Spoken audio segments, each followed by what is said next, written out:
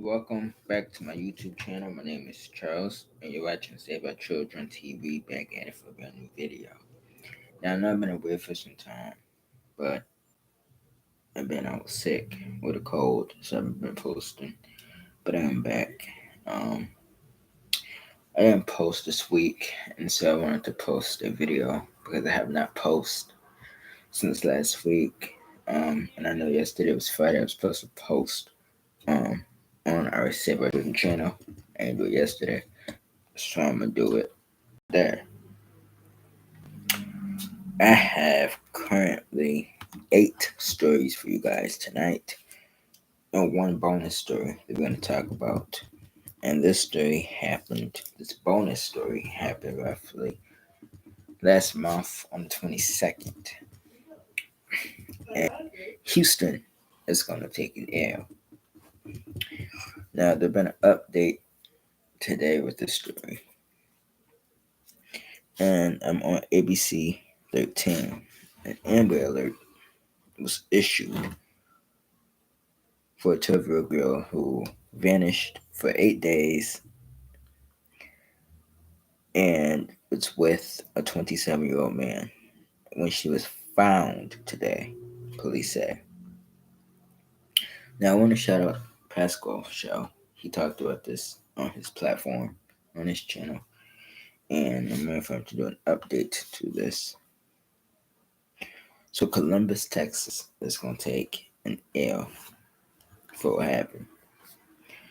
The 12-year-old Houston girl, whose Amber Alert triggered fears for her family and police, was with a 27-year-old man when she was found unharmed, authorities said on Friday.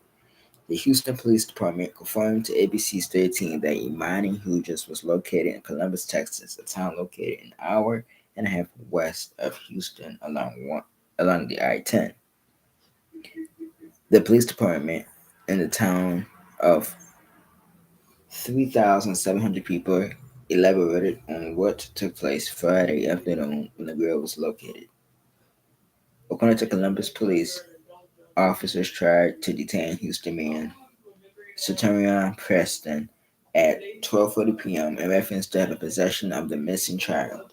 They said Preston tried to get away from custody but was captured and arrested. The man was booked into the Colorado County Detention Facility on an evading charge, but further counts are pending as the investigation continues. Authority added that the child was taken to Texas Children's Hospital for evaluation. Aside from the FBI, the Texas Department of Public Safety, Colorado County Sheriff's Office, and Texas Parks and Wildlife assisted Columbus and Houston police. Eyewitness News was with Emily's family on Thursday, a week after she was last seen. Neighbors' cameras captured the moment she disappeared when a truck put up close to her home and she got in. HPD said there was a fear that Imani had been trafficked after using the adult dating app Tag. If you're on the internet, having access to the internet, predators have access to your child. Dr. Elizabeth Gilmore, a criminal justice professor at UH Downtown, said, so have consistent conversations about safety in your kids, knowing that they're not going to get in trouble. Houston police have not disclosed where they think the little girl was for 8 days or what happened to her. So here's the news video. Give you just 1 second. I'm gonna pull it up. Oh, excuse me. All right. Give me 1 second, and then we're going to.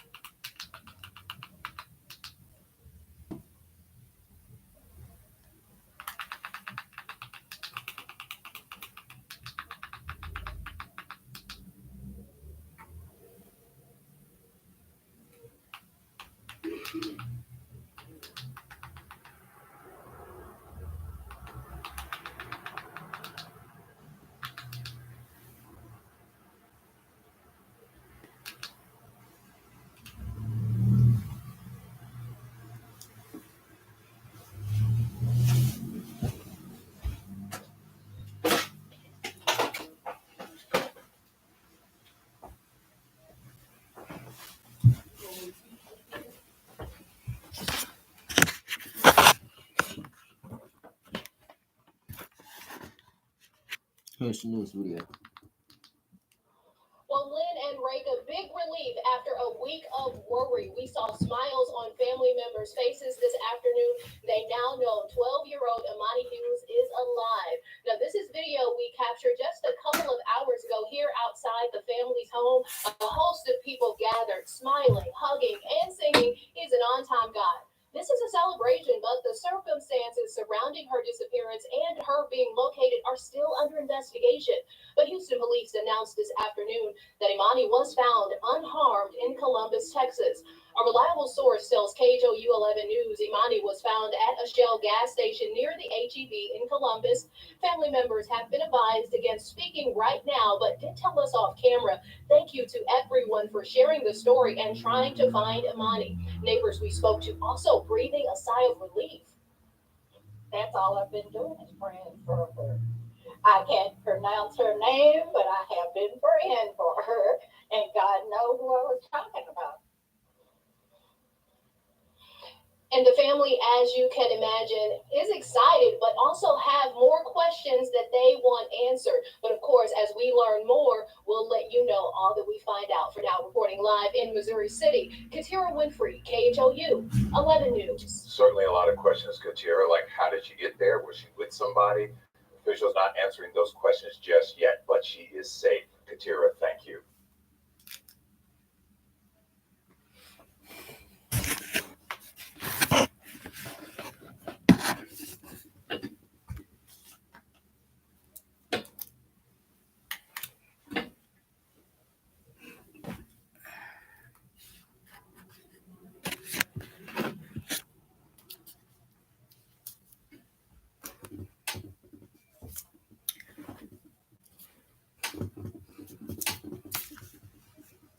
Now, when I was watching the Pascal show earlier today,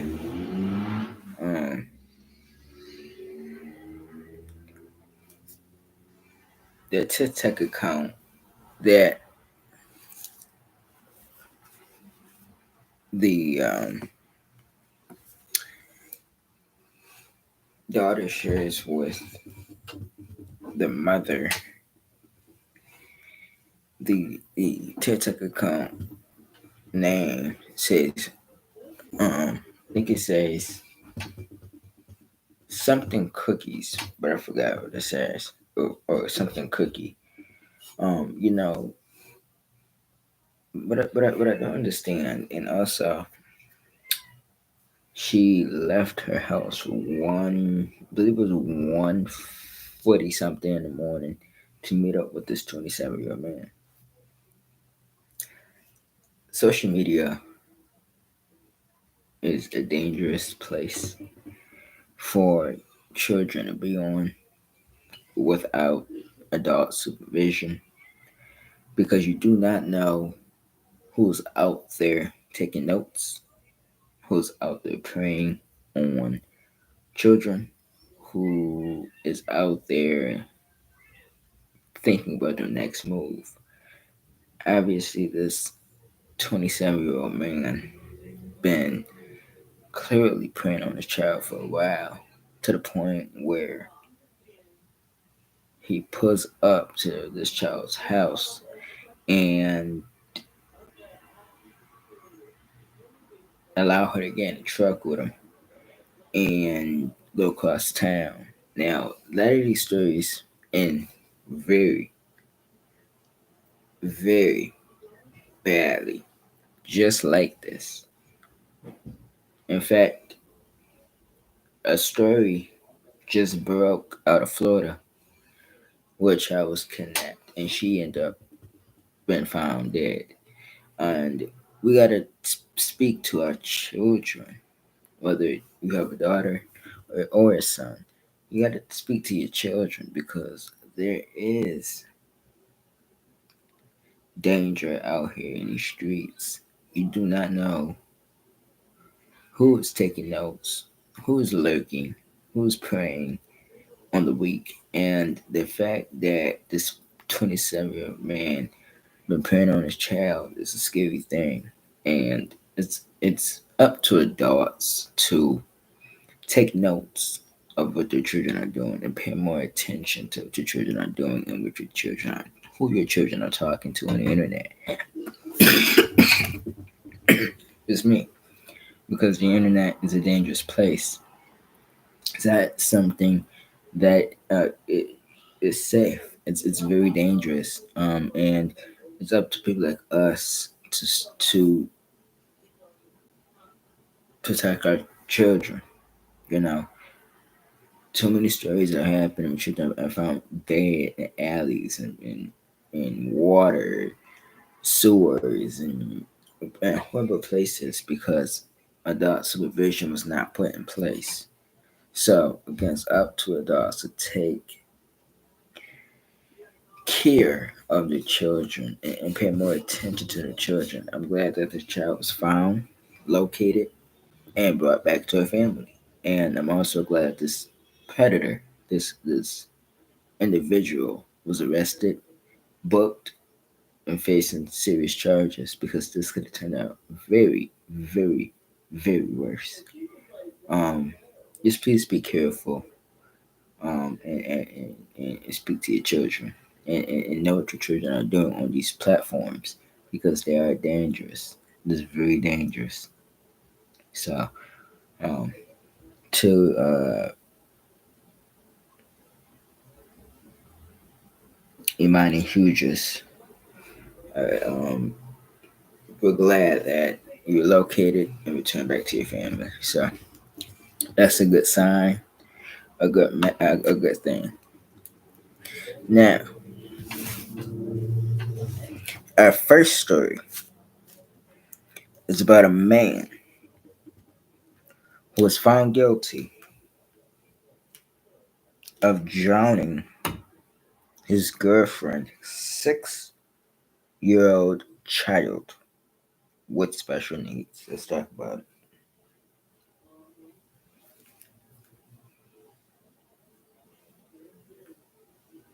Give me just 1 second.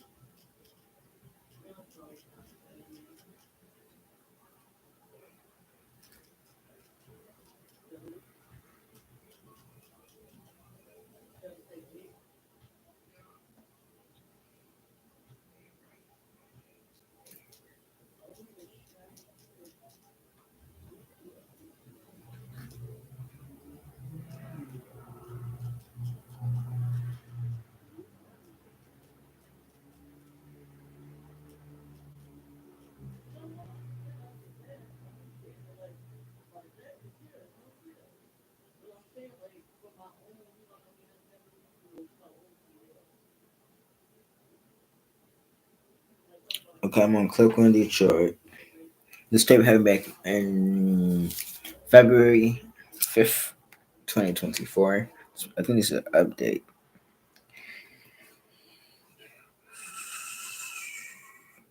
A man found guilty of drowning his girlfriend's 6-year-old child with special needs in Macomb County. This is the individual who, in my opinion, should not be around someone's children. A Macomb County jury convicted Hunter Lackey, who just 22, of drowning his girlfriend's 6-year-old child with special needs after a 9-day trial. The incident occurred on Tuesday, December 28th, 2021. So this happened 2 years ago, but we're in 2024.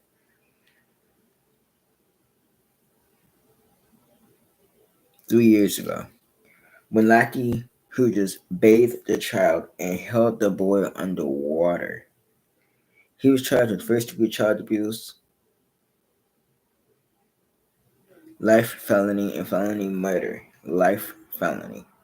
The 22-year-old was found guilty of first-degree child abuse and involuntary manslaughter, which is a 15-year felony. Lackey was scheduled to be sentenced on Wednesday, March 13th at 8:30 a.m. in Macomb County Circuit Court.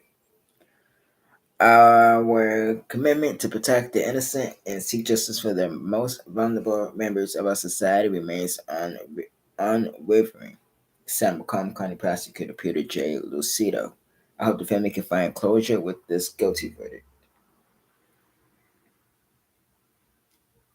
So now he was just found guilty 2021, just recently sentenced. I'm sorry I could find that.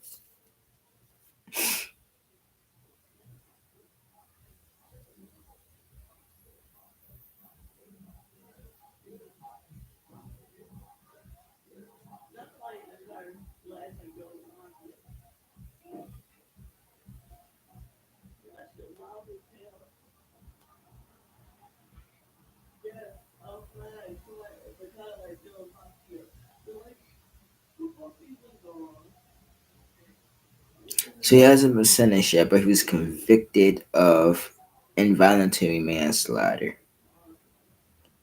for the drowning of his girlfriend's 6-year-old son who has special needs. So he was found guilty of first degree child abuse and involuntary manslaughter. And my thing is this: had that been a black man, it would have been premeditated, first degree murder, and felony child abuse. In which I don't understand how he just, to me, gets slapped on the wrist like that. I think he should have been found guilty of a much higher uh, charge, because to deliberately drown someone in water is, it's beyond me. And to the girlfriend of this individual, women and men gotta think twice about who they allow around their children. You allow somebody who clearly A is abusive, but B is violent around not just you but your child. And people gotta think twice. Cause had she had did a background check on this individual, I'm for sure she wouldn't allow this man around her or her child. But a lot of times people don't do background checks and bad things happen to good people. So it's time, and I advocate this a lot on my platform. Shout out to AFC. Do your background checks because you're saving life. You are saving lives by doing background checks. It is just that simple. And it's easy. But it's your duty to do that background check. Condolences to the victim and to the family. Hope you find justice and peace and prayer. Now we're gonna move on to story 2 out of 8. 3 adults is accused of torture, starvation, and the death of 10-year-old Gianna. So let's talk about it.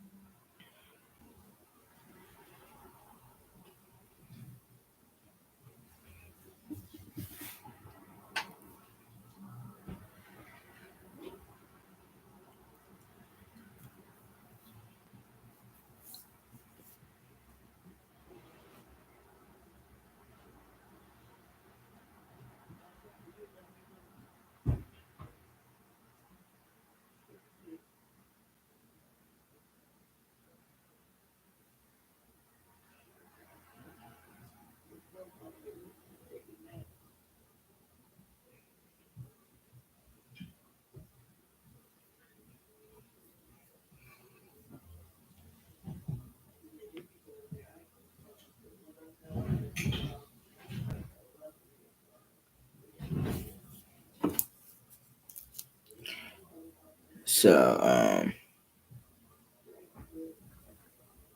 it's now been a month Since the appalling death of Gianna Bradley, the 10-year-old Warhewa girl, tortured and bound with duct tape and starved, allegedly at the hands of her legal guardians. And though the public could not expect to have all the answers for the time, once again, very troubling questions about how this could have happened are going unanswered. It is not surprising in the case of Ariel Sellers, a 6-year-old girl renamed Isabella by the adoptive parents accused of killing her. Many questions remain unanswered 2.5 years later.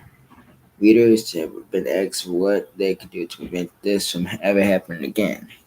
I believe the best answer is transparency, a full public airing of what went wrong in both the Ariel and Gianna cases. So let's examine a few of the most pressing questions in the Gianna case, starting with a close look at the timeline of what happened after she died. Nothing could be done for the girl at that point, clearly, but one of the 5 children remaining in the house was a 4-year-old boy who had been adopted by Thomas and Brandy Blast. The other four were the Blast biological children. The 4-year-old had been mistreated in almost unmanageable ways. The criminal complaint and other documents filed in the case note that the boy referred to as AB was found by a physician with express expertise in child abuse to have global developmental delays and external small structure, which is very likely due to physical deprivation. He had been, he had been starved and abused, as indicated by multiple bruises and scars. Though he was 4, he has not seen a pediatrician since he was 8 months old.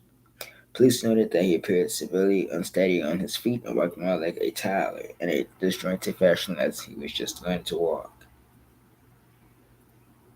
Gianna died on January 18th, but it was not until January 23rd, 5 days later, that AB was hospitalized. The court records do not indicate what happened during those 5 days, but given the severity of this condition, to X that Ivy's health could not one have noticed for 5 full days.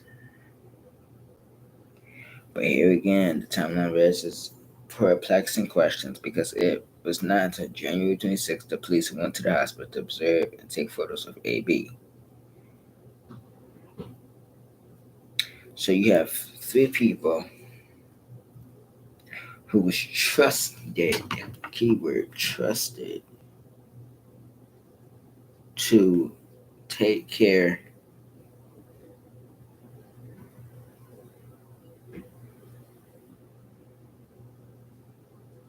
of Gianna and other children, but instead they chose to abuse these children. They chose to do great harm to these children, mistreat these children, and the state, as this happened, the state is paying these people, and child protection services got to be more careful who they leave children with, and not everybody's suitable to adopt children, just like not everybody's suitable to raise children. And so my question would be, people should stop having children if they can't raise children, because then you put your children in have 50% chance in dangerous situation because you do not know who your children is being placed with. Not everybody is suitable to raise children, but these individuals did what they did to get the benefits from that child. And I think that, supreme example why you gotta be careful trusting the system because the system is already broken, whether it's the CPS system, the police system, um, it's just broken, period. So it's just all crazy. And those individuals, those people who chose and abused these children needs to be held accountable. I'm glad they're in jail where they belong. And justice needs to be served for Gianna and every other child in that home that been physically, mentally, and all type of abuse, because they need to be under the jail, and let's continue to put Gianna and all those other victims in your thoughts and prayers, and may justice be served. Now, there's a story that happened in Vegas where a child hands police a bag of drugs, and the drug was meth. After his mother is found at a home, and his mother was arrested. And this mother been arrested multiple times for drug charges. And what I want to say about that is that to men who date women who you know that's a drug addict, who pushes drugs, who sell drugs, especially when you have children with this woman, you need to get custody of your child, sir, because this woman is gonna end up putting that child's gonna end up in the system, and that's the last thing you want to happen. And if you're dealing with people like that, let them go, because at the end of the day, if they want to put children in danger like that, then they wouldn't mind putting your whole family in danger. So when we talk about a drug addict, she clearly cared more about pushing drugs and selling it than the safety of her own children. And you don't want that person. You just don't want that person around your child, because she's not suitable as a parent right now to be parenting that child. And I just well wishes to that child, the family, because no one deserves to be living like that. And clearly, that woman have drug issues, and she needs help, counseling, therapy. She needs something to overcome this, because she's putting her child in great danger, and it's not fair to that child who is put in that type of deplorable condition. So, again, well wishes. We just hope this mother get the hope that she needs behind bars, because she's gonna need help. Now, there's a story out of Texas. Allen, Texas. There's a mother. Her name is Lul Low Top, and she's a mother to like five, and she was accused of trying to put her child in an oven, and she was beating her children. They had one up for her best, and again, person like that shouldn't be around children, and we allow people like that to be around children. And again, the system is so broken, because if they knew this woman was violent in the first place, then CPS should have been involved in this case. And so we continue to fail our children, continue to fail society, and this mother clearly is danger to children. So I'm glad she was arrested, and these children were saved and rescued out of the situation. It's also crazy, physically, emotionally abusing your children is not okay, and that mother needs to be under the jail. Now, speaking of that story, the story out of Kansas City, the mother who actually put her daughter in an oven and killed her daughter. I believe I talked about the story, and so that story is crazy. And AFC talked about it a while ago, and you could tell that this mother cared more about her wig and nails and all every other stuff than the safety of her child. So you care more about getting drunk, and not caring about the safety of your child, because you went and got that supposed drunk and put your child in the oven. So something tells me that you didn't think about the precaution and the risk that it would take by putting your child in the oven. And again, people like that shouldn't be around children, shouldn't raise children because they're dangerous to children. And she get more again, she get more about putting her child in great danger. And people like that just shouldn't be around children. So condolences to the family, child, and she needs to be under the jail. Now, our story 6 out of 8. This story is crazy. This is the story happened not long ago. This is a fresh story.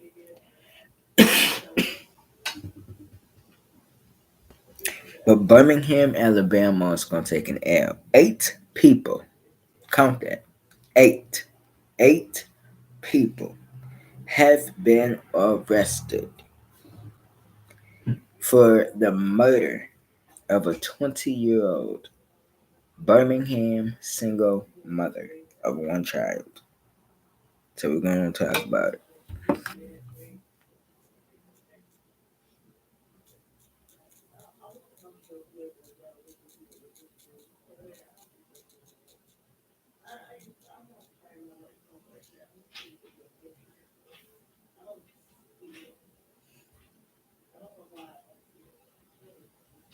Her name is Mahogany Jackson, and a lot of people have been talking about her story, so I wanted to talk about it.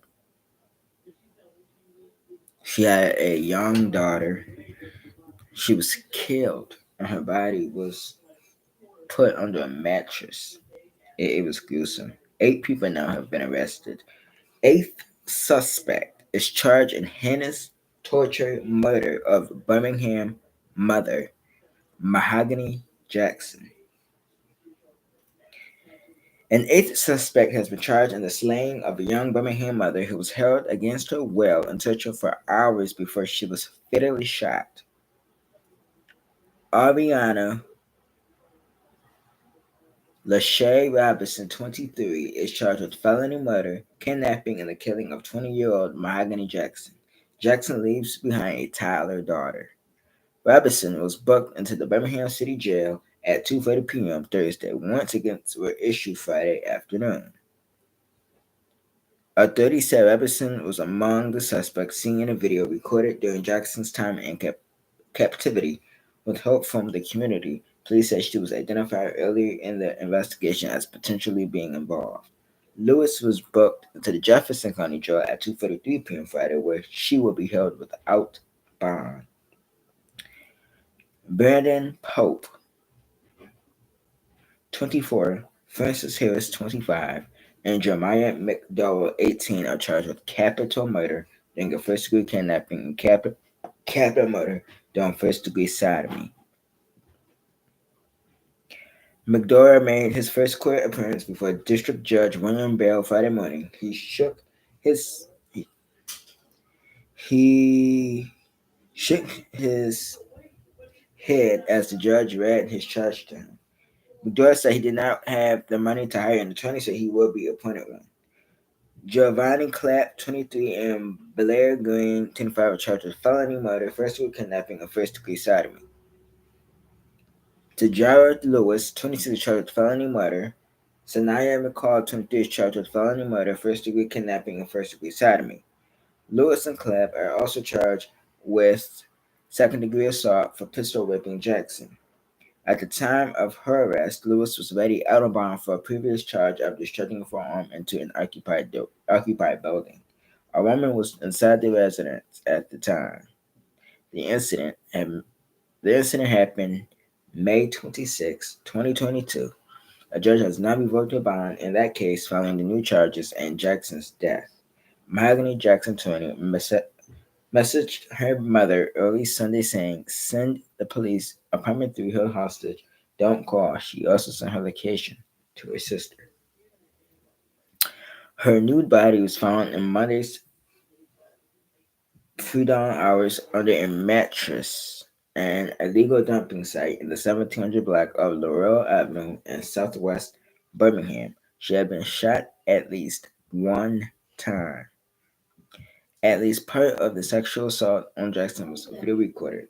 Police Chief Scott Thurman said that the video played a pivotal role in the investigation and the subsequent charges. Some of those videos have been made their way on social media, prompting Jackson's mother, Gail Maddox, to issue a plea on Facebook for to stop sending them to the family. That's my child. Please stop. I can't take it, she wrote. Birmingham Police Chief Scott Thurman called Jackson's murder one of the worst he's seen in his law enforcement career. It was absolutely disgusting, Thurman said. Jefferson County District Attorney Danny Carr described it as heinous and unimaginable. The actions deployed by these defendants were barbaric and have no place in society. Carr said the senseless and inhumane treatment perpetrated on young Mahogany Jackson was very disturbing and violent. Family and friends gathered Thursday evening at the apartment complex where Jackson was initially held against her will. Her sister, Jasmine Maddox, said Jackson would be stunned at outpouring of emotions and support from the community following her death. She wouldn't believe this, Maddox said. She said she would be like, really, this is for me. Jackson's celebration of life is set for Saturday, March 9th.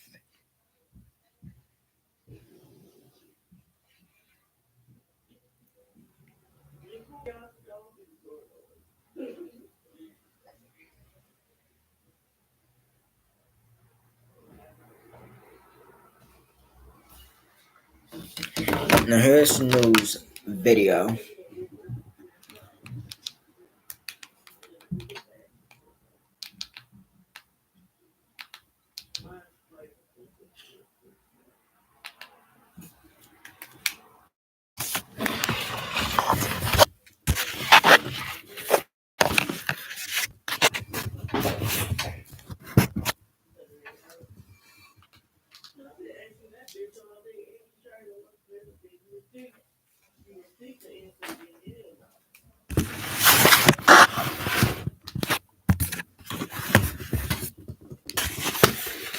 So this is our victim.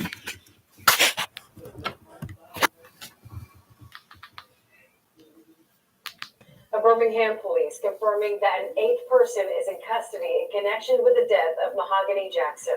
Police say that they have obtained arrest warrants of felony murder and kidnapping for Ariana Robinson. She is one of a slew of people facing charges. Earlier this week, police announced the arrest of 7 other people in connection to Jackson's death. Every one of those 7 individuals, men and... Pause for a second. What do you see on the screen? What I see on the screen is 8 black individuals. 8 black lives are gone because of what? One bad decision. Because they chose to be monsters and end the life of an innocent person.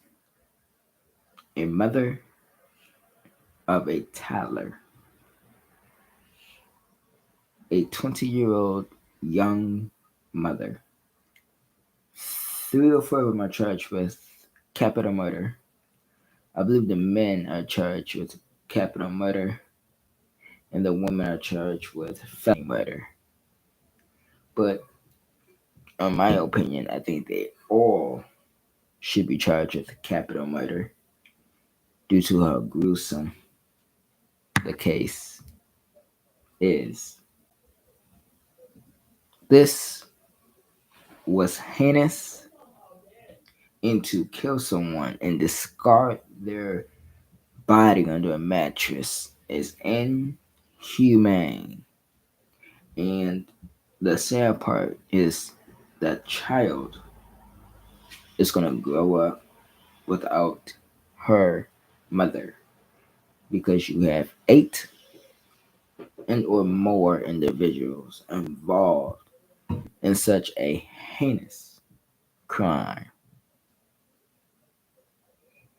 Hashtag Black Lives Matter. But did Mahogany Jackson life mattered? According to Giovanni Clapp, according to Blair Green, Tajaya Lewis, Francis Harris, Sanaya McCall, Jeremiah McDowell, Brandon Pope, and Ariana Robinson. Her life didn't matter. And the sad part is that a mother of one is gone because of 8 individuals who, quote unquote, were her friends who betrayed her trust, took advantage, and killed her. And, you know, you gotta understand something. Her child's gonna grow up asking about a mother. And when that day comes, will the grandmother that explain to her child that your mother was murdered by her so-called 8 friends, the heartache and pain that's gonna bring to that child's eyes is going to be unbearable. But you have individuals who take advantage of a mother, 20-year-old mother, took advantage and murdered her in cold blood. And they all should be punished to the fullest extent of the law. They all should be charged with capital murder, sodomy, and all sorts of crimes because they all had a part in it. And to those who are watching the video of the murder and are sending this to a family, it's not the time or place to be sending that type of energy or that type of content to the people's family because you don't know how that can affect someone, seeing a loved one being brutally murdered by the hands of 8 perpetrators. Do not send the family those type of videos. You wouldn't want someone to send that to your family. Think about the victim and what they're going through. Think about the family, what they're going through. And to send that is despicable, it's heinous, and to me, it's malicious. So please don't send that to them because they're gonna have to deal with that in court, having to see that video in court when it's time for trial, and it's gonna be playing their mind over and over again when they play this type of stuff in court. So don't send those videos because it's very disturbing, it's very graphic, and condolences to Mahogany Jackson and to her family. Justice will get served. Justice will get served. Alright, let me get these buffoons off my screen. Now, let's talk about another story. Madeline Soto. I believe this is out of Florida. The girl that went missing and was found dead in Florida. Let's see.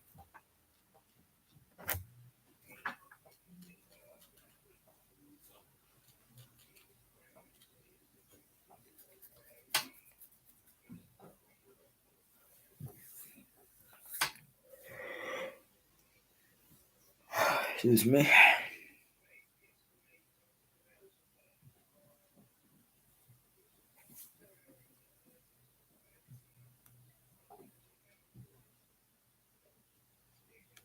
So on CBS News,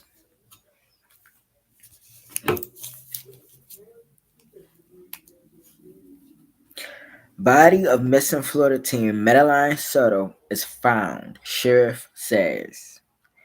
The body of missing Florida teen Madeline Soto has been found.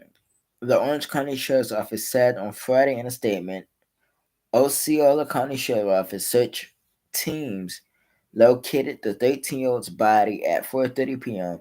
local time off Hickory Tree Road in a wooded area. The teen's family has been notified. The statement said earlier that day, Sheriff John Mena announced that the investigators are now confident Soto was dead. Soto was last seen around 8:30 a.m. local time on February 26 wearing a green sweatshirt, black shorts, and white Crocs shoes, authorities said. So here's the victim.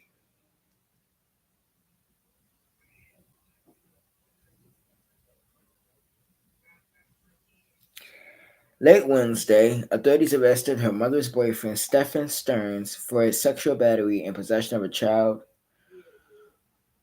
sexual abuse material. Stearns, 37, was the last person to see her. Authorities said they found disturbing images that were criminal and sexual in nature on his phone, and said they were also found through the phone's data there were attempts to delete evidence.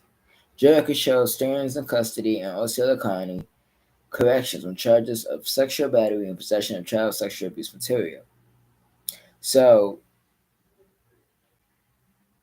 we believe that he is the suspect in this case because he have evidence on his phone. Mom's boyfriend. We just got done talking about a story where, as our first story, when a man was found guilty of drowning his girlfriend's 6-year-old son with special needs. We gotta take charge when it comes to people around our children. We gotta know who we are dealing with because people who are addicted to illegal materials prey on children, do weird things around children or to children, probably shouldn't be around children. And if this mother knew what type of boyfriend he was, then you would have to ask yourself, should he have been around your child? Maybe not. And a lot of women make mistakes out here. And the mistake is called trusting people around your children. You can't trust everybody around your children because not everybody is sane. Not everybody have a mind.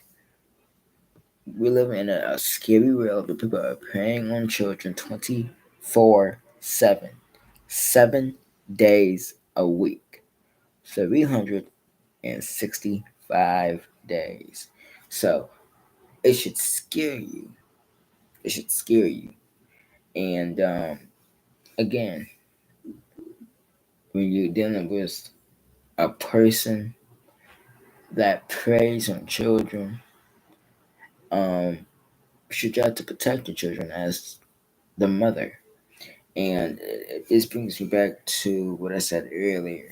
When we have children that's not being monitored on platforms, social media, websites, YouTube, everywhere, they can be exploited, they can be tracked, they can be kidnapped, they can be a lot of stuff. And again, this man was taking notes while he was with you around your children. He was taking notes. He was doing what we call homework, planning this. He planned this out, and you gotta just be careful who you allow around your child. 13-year-old is dead because of what?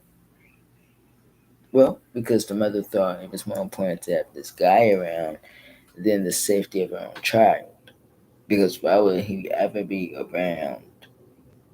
Why would he ever?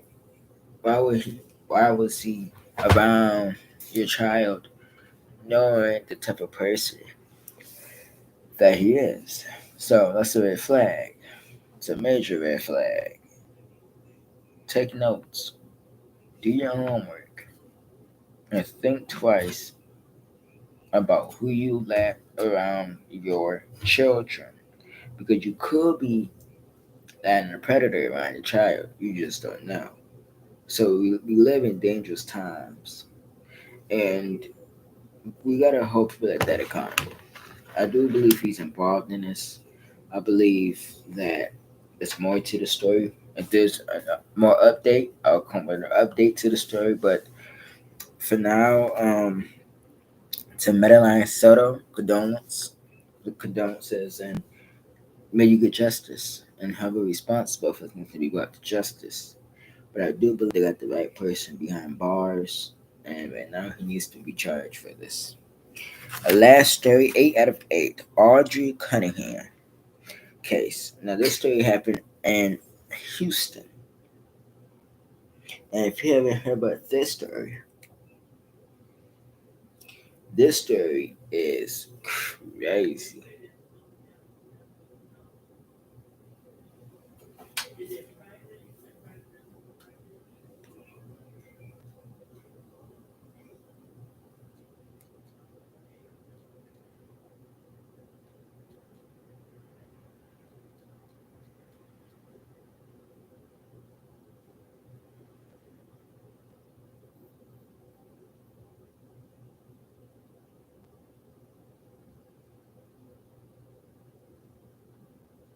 I'm in Houston that kind.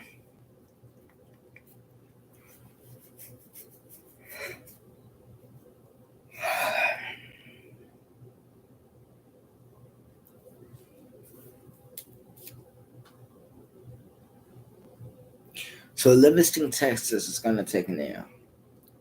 Audrey's death occurred at the hands of a monster we thought was a friend. That comes from a statement Audrey Cunningham's grandfather, Captain Philip Munch, released to Houston 11 reporter Marcelino Bonito on Tuesday on behalf of the family. It's the first time Audrey's father's side of the family is saying anything publicly since the 11-year-old's murder. Munch said that the family is still deep in shock, but they now want to set the record straight. Don Stephen McDowell is the monster Audrey's family referred to. He lives in a camper in the family's backyard and is accused of killing Audrey's 10 days after her birthday. We are being attacked and criticized on social media platforms for showing compassion and mercy to this formerly incarcerated person. But our interactions with this person were a result of our faith, which teaches us to give our fellow man a second chance, the family said in their statement. McDuffie has a lengthy criminal history dating back to 2001, but his 2007 conviction of enticing a child with intent never required him to register as a sex offender. The family said the system failed us.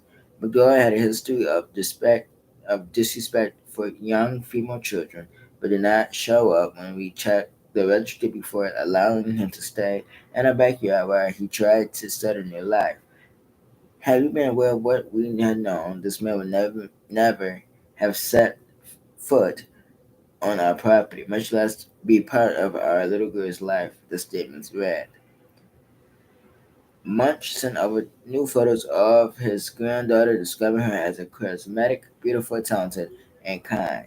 He said she wanted to become a vet or an animal trainer. She touched so many lives and felt them with joy and happiness that was infectious, Munch said. Audrey would be missed by a great many people. The family focus now laying Audrey to rest and changing laws to close the loophole in sex offender registry laws. Audrey's family hopes that starting to commit publicity that the attacks on social media will start to die down. At some point next week, Munch said they plan to do interviews and answer questions in person. So here is the victim. I'll show you the picture. and then I'm going to give you my closing thoughts about the story.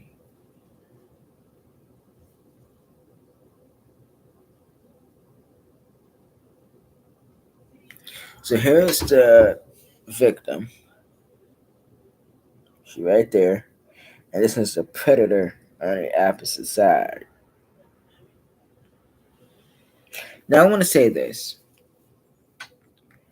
this individual who killed Audrey, prior to him killing Audrey, he raped another 11-year-old child, took advantage of children, was in and out of prison several times. He have a horrible criminal history. He have a horrible rap sheet, and the father failed to do a background check on this person who he trusted to live in his backyard in a camper. Knowing that he had a criminal history, that means you failed to protect your family. Because why would he ever be allowed to lay his head in a camper in the backyard? You can't give child predators second chances because you're giving them a second chance to do it over again to the victims and or to the next child. So, of course, you have people upset about what you did. Do I think you should be getting death threats? Absolutely not, because it's not going to solve anything. But this should be a wake up call to parents all around the world. You cannot trust everybody around your children. Knowing that this man had a criminal history, he should have never laid his head in a backyard behind your house. Simple. A simple background of this man's history would have prevented this man from laying his head in the camper behind your house. And little Audrey had to pay the price with her life because of adults who failed to protect her. And let's be real about this. You know, we gotta think twice about people with criminal history. Somebody's charged with double murder. They took a plea deal and they got 2 manslaughters. They out. Only served 15. Well, again, yes, he served 15, but he's still a dangerous individual. He killed 2 people and he served 15 years. He still should not been, just because he's an ex-con, he still shouldn't have been able to been allowed on that property to begin with. Because if that person just did 15 years for murder, that's what he's doing again. Murder. He's gonna kill again, eventually. So again, people don't think twice anymore. And they think that everybody is just a changed individual. This man is not a changed individual. He gained your trust. So he can get close to your child. And he got close to your child, way too close to take a life. And the system, in my opinion, is very broken. For this man to been arrested multiple times and still get out of prison, but a black man convicted that many times already did life without parole. So again, our system is broken. Our system is broken. Whether it's Texas, Vegas, Oklahoma, Buffalo, New York, Rochester, uh, all around the world, the systems in America is broken because this individual should have never been allowed on the streets ever again. Ever again. So, fortunately, Father, you know, fortunately, you are the cost of your child losing a life. But you could fix this. You can fix this. And how you can fix this is it's called awareness and talking to individuals about the safety of predators. And if someone come up to you to ask you, can they stay or can they live with you or can they stay behind your house? What can you say this time? No. So fortunately, bad things happen to good people. And it's just a lesson learned that you can't just trust everybody because it's today a changed individual or because you think second chances is everything. Second chances is not everything. Second chances is a chance. For many, fortunately, second chance a lot of time is to mess up again. So, um, fortunately, an innocent child lost a life behind this, and again, he was charged with capital murder, and Texas had the death penalty. So I hope they pursue the death penalty because he knew what he was doing and he took advantage of a child. And over on this platform, we advocate and speak for children who can't speak or advocate for themselves. So I will see you guys on Monday. Have a great day. Have a great weekend. And I will see you guys on Monday. Bye bye.